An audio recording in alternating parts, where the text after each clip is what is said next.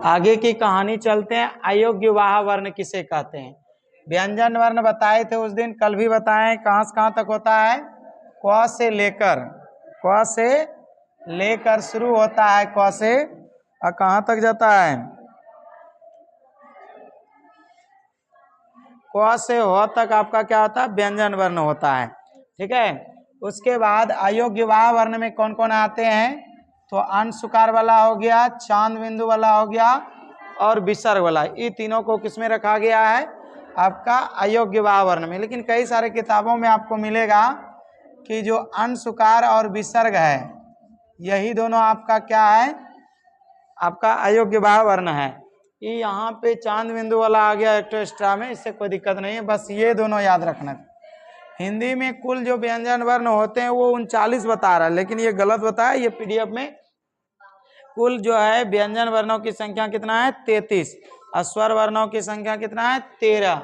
और संयुक्त वर्णों की संख्या कितना है? 4। ठीक है, याद रखना। शब्द विचार, वर्ण विचार के बाद हमारा आता है शब्द विचार। तो शब्द विचार में क्या क्या पढ़ते हैं? व्याकरण का ये क्या है? एक भाग है। 3 भाग में व्याकरण आपका बटा हुआ था। पहले का नाम था क्या? वर्ण विचार, दूसरे का नाम है शब्द विचार और तीसरे का नाम है वाक्य विचार। तो शब्द विचार में हम लोग क्या क्या पढ़ते हैं? परिभाषा शब्दों का, कि शब्द किसे कहते हैं, भेद, भेद के भी भेद मतलब उपभेद, इसके अलावा संधि, विच्छेद, रूपांतरण, निर्माण, शब्दों के निर्माण, शब्दों के निर्माण के नियम, शब्दों के प्रकार इत्यादि को समझते हैं, उसे क्या कहते हैं? शब्द विचार। और वाक्य विचार में क्या करते हैं?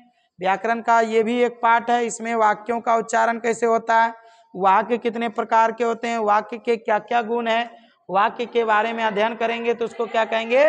वाक्य विचार। चिन्ह विचार क्या होता है? व्याकरण का वह खंड जिसमें विराम चिन्ह हो, जहाँ कहाँ अल्प विराम देना है, कहाँ जो होता है पूर्ण विराम देना है, क्योंकि कई प्रकार के विराम होते हैं। कई प्रकार के विराम सुने आप लोग? 7-8 प्रकार का विराम होता है। ठीक है, कहीं देखे होंगे ऐसा वाला कॉमा का चिन्ह, कहीं देखे होंगे ऐसा चिन्ह, कहीं देखे होंगे इस प्रकार का चिन्ह, कहीं देखे होंगे इस प्रकार का चिन्ह। तो कई प्रकार का जो चिन्ह होता है, इसके लिए भी व्याकरण में एक पाठ बना दिया गया, इसको कहा गया चिन्ह विचार। क्या कहा गया? चिन्ह विचार। लेकिन मुख्यतः कितना भेद है आपका? 3 भेद है, वर्ण विचार, शब्द विचार और वाक्य विचार। समझ में आ गया? उसके बाद आते हैं आगे, वर्ण विचार का डिटेल से पढ़ाते हैं। जैसे वर्ण विचार में पहला है स्वर वर्ण।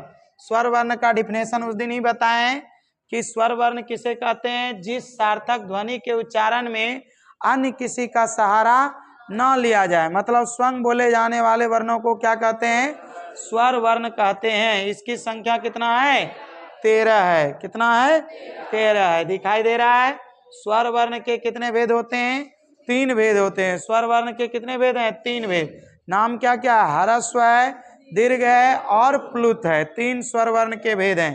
देखो, वर्ण के कितने भेद हैं? मुख्यतः 2 भेद, और एक एक्स्ट्रा में कौन है? संयुक्त वर्ण। और वर्ण में स्वर वर्ण जो था उसका कितना भेद था? 3 भेद। पहले का नाम क्या है? ह्रस्व स्वर, दूसरे का नाम क्या है? दीर्घ स्वर, और प्लुत, तीसरा का नाम प्लुत स्वर। ह्रस्व स्वर किसको कहते हैं? ह्रस्व स्वर के उच्चारण में सबसे कम टाइम लगता है। जिस स्वर वर्णों के उच्चारण में सबसे कम टाइम लगे, मतलब मुश्किल से मुश्किल 1 क्षण का समय लगे, उसे कहते हैं ह्रस्व स्वर वर्ण। और ह्रस्व स्वर वर्ण को ही मूल ध्वनि के नाम से जाना जाता है। मतलब मूल ध्वनि कहिए, मूल स्वर कहिए, इसी को कहा जाता है। कई जगह वज्राने वाला बात बोलेगा, ह्रस्व स्वर नहीं बोल करके कई जगह हम देखें मूल स्वर बोलता है। क्या बोलता है? मूल स्वर क्या होता है? जिसका उच्चारण में बहुत कम टाइम लगे, उसे कहते हैं मूल स्वर वर्ण। सबसे कम टाइम लगता है। और मूल स्वर वर्णों की संख्या कितना है? 5 है। मूल स्वर वर्णों की संख्या कितना है? 5। कौन कौन है? देखिए, अ हो गया, ई हो गया, उ हो गया, री हो गया और लिरी। ये 5 ठो को क्या कहा जाता है? मूल स्वर वर्ण कहा जाता है। किसको? अ को, ई को, उ को, री को, लिरी को। समझे बात को? अ, ई, उ, री, लिरी को मूल स्वर कहते हैं। यह मूल ध्वनि से इसका उच्चारण होता है, या इसी को ह्रस्व स्वर कहते हैं। दूसरा में आते हैं दीर्घ स्वर। कौन स्वर? दीर्घ स्वर। इससे थोड़ा ज्यादा टाइम लगेगा, इससे ज्यादा टाइम लगेगा इसमें। तो इसमें कहोगे जिसका उच्चारण हर्ष से ज्यादा समय ले उच्चारण करने में, हर्ष का दोगुना ले ले उच्चारण करने में, तो इसको कहते हैं दीर्घ स्वर वर्ण। समझे? दीर्घ स्वर वर्णों की संख्या कितना है? 8 है। कितना है? 8। पूरा टोटल कितना था? 13 ठो। 13 ठो में 5 ठो ले लिया ह्रस्व, बाकी बचा 8 ठो, बाकी 8 ठो ही ले लिया कौन? दीर्घ।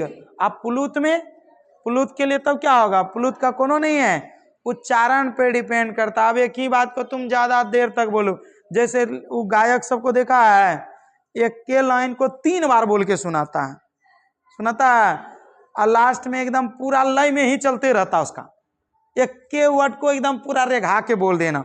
उसी तरह से यहाँ पे है। इसी हरस और दिगरू में से कुछ ऐसे चीज होते हैं जिसको थोड़ा टाइम लेकर बोलते हैं, जैसे ओम बोलते हैं, तो ये क्या हुआ? 3 मात्रा का समय ले लेता, उससे भी ज्यादा का समय ले लेता, तो ये चलाता प्लुत में। तो वही कहता है कि दीर्घ कौन है? तो ह्रस्व से जिसमें ज्यादा टाइम लगे, अर्थात 2 गुना टाइम लगे या 2 मात्रा का समय लगे, जैसे कि आ हो गया।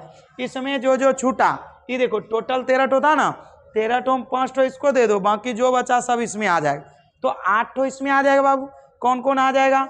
आ बचा था, उसमें नहीं आया था, खाली क्या आया था? ओ आया था।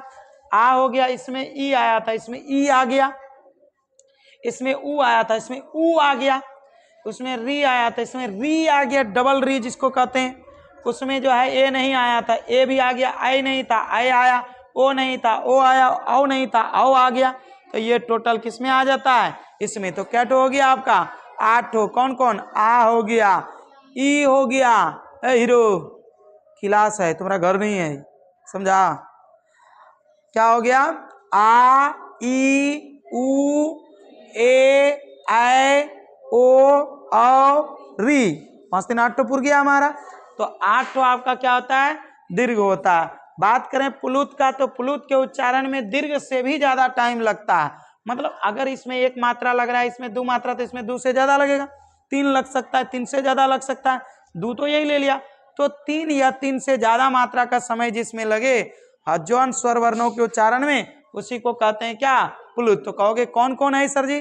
कहेंगे कि कोटो इसका काउंटिंग नहीं कर सकते कि कौन है इसमें, ये अपने मर्जी से उच्चारण कर दो तरीके से, मतलब कि आप टाइम लेके उच्चारण करो तो वो चल जाएगा। अगर इसमें भी है तो इसमें घुस जाएगा। जैसे कृष्ण हे बोला, हे तो थोड़ा टाइम लेके बोलता है, तो इसलिए ये किस में आ जाता है आपका? पुलुत में आ जाता। ओम ये सब इसमें आता है। देखो फोन आया, काटो उसको। ठीक है, अगला चले व्यंजन वर्णों में। किसमें चलते हैं? व्यंजन वर्णों के उच्चारण में।